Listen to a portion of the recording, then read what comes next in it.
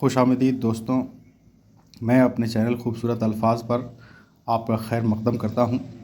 آج Jharkhand academic council نے 9ویں جماعت کا امتحان لیا ہے۔ اس میں اردو میں 30 سوالات آئے ہیں، 40 سوالات آئے ہیں۔ آئیے ہم لوگ اس کا ایک ایک کر کے صحیح جواب تلاشنے کی کوشش کرتے ہیں۔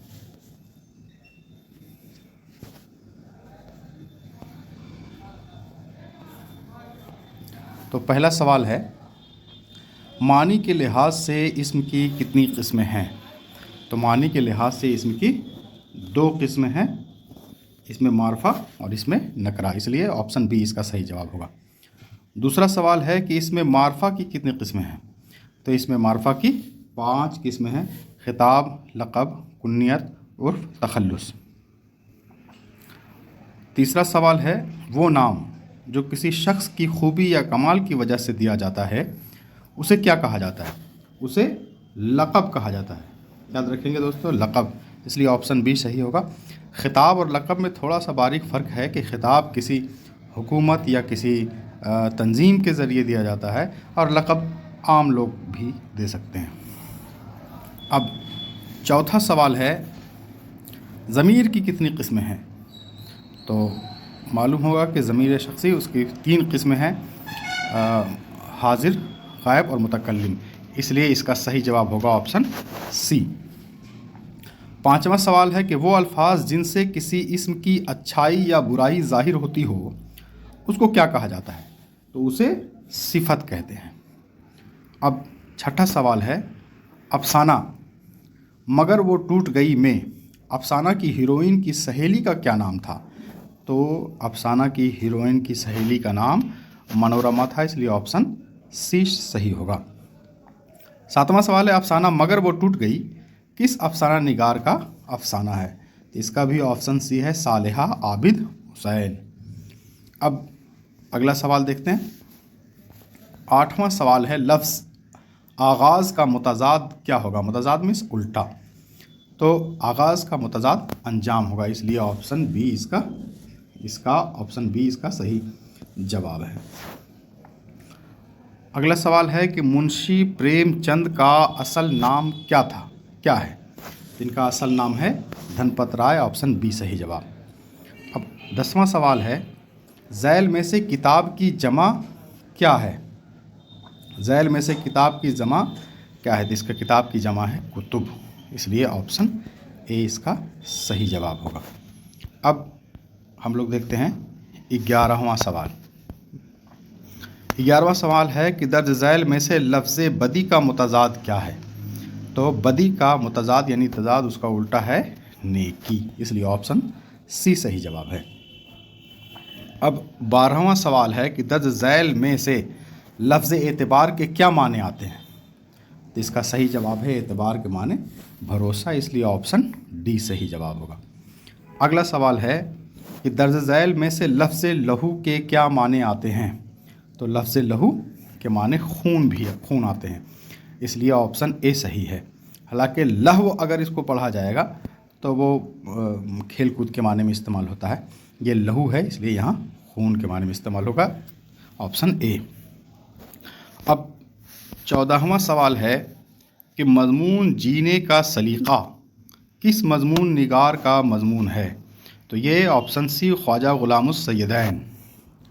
15واں سوال ہے، درج ذیل میں سے رشید احمد صدیقی کا انشائیہ کون سا ہے؟ تو ان کا انشائیہ ہے چارپائی، صحیح جواب چارپائی۔ اب 16واں سوال ہے کہ ڈرامہ کس زبان کا لفظ ہے؟ تو یہ یونانی کی زبان کا لفظ ہے، اس لیے آپشن بی صحیح جواب ہوگا۔ اب 17واں سوال ہے، درج ذیل میں سے سر سید احمد خان کا انشائیہ کون سا ہے؟ بہت آسان سا ہے، گزرا ہوا زمانہ۔ اب 18واں سوال ہے، میر تقی میر کی پیدائش کہاں ہوئی؟ تو میر تقی میر کی پیدائش اکبر آباد میں ہوئی، جو ابھی اس کا موجودہ نام آگرہ ہے، اس لیے آپشن ڈی صحیح جواب۔ اب 19واں سوال ہے، درد منت کشے دوا نہ ہوا، میں نہ اچھا ہوا برا نہ ہوا، یہ کس شاعر کی غزل کا مطلع ہے؟ تو اس کا صحیح جواب ہے غالب۔